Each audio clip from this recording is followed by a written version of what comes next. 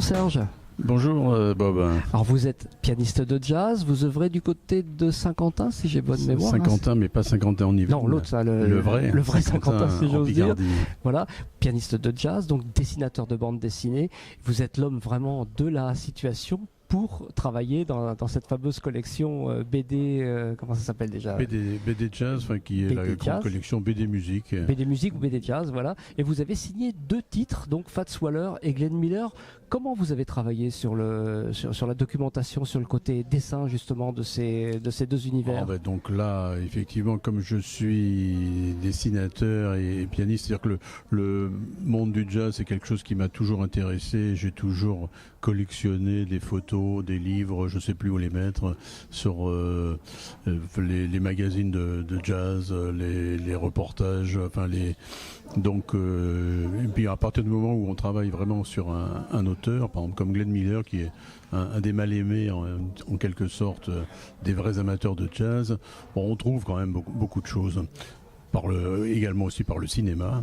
Il y a un film avec James Stewart, je sais plus le titre, qui raconte la vie de Glenn Miller. On trouve des documents. Alors sur Glenn Miller, peut-être, mais sur Fats Waller, c'est un petit peu plus compliqué là cette fois. Fats Waller, oui. Alors donc là aussi, je fais appel aux documents que j'ai, mais les amateurs de jazz connaissent Philippe Baudouin, qui est une sorte d'archiviste, de pianiste, et il avait aussi, je suis allé chez lui et il m'a ouvert sa documentation.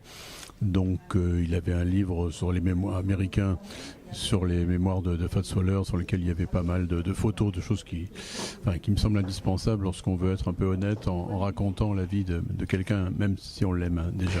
Et la musique qui accompagne cette bande dessinée, ou plutôt c'est la bande dessinée qui accompagne la musique, comment est-ce que ça se fait? Est-ce que la musique colle à la bande dessinée ou est-ce que c'est complètement déconnecté quand vous travaillez? C'est deux choses différentes, mais disons que là c'est aussi à l'auteur de connaître un petit peu la musique dont il parle. Mais la collection est extrêmement bien faite, donc je vais pas en dire du mal, mais parce que les gens qui font, qui s'intéressent à cette partie musicale, il y a deux heures de musique qui ont été sélectionnées, et dans mon cas c'est Claude Carrière, qui est comme un spécialiste de ces choses-là, qui fait la sélection, et donc à la fois les morceaux sont particulièrement bien choisis, mais à la fin de ces livres disques, il y a tout ce qu'on veut savoir sur le jour de l'enregistrement, les musiciens qui sont présents. Oui, un vrai travail d'archiviste là. Ouais.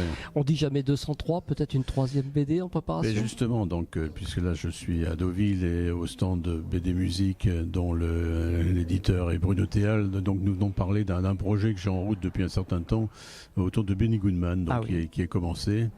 Et il n'y a rien eu sur Benny Goodman dans la collection? Dans la collection, non, il n'est pas présent, mais je le réserve depuis un certain temps, à vrai dire. Ouais. Mais c'est un des musiciens qui a peut-être donné ma vocation de pianiste de jazz.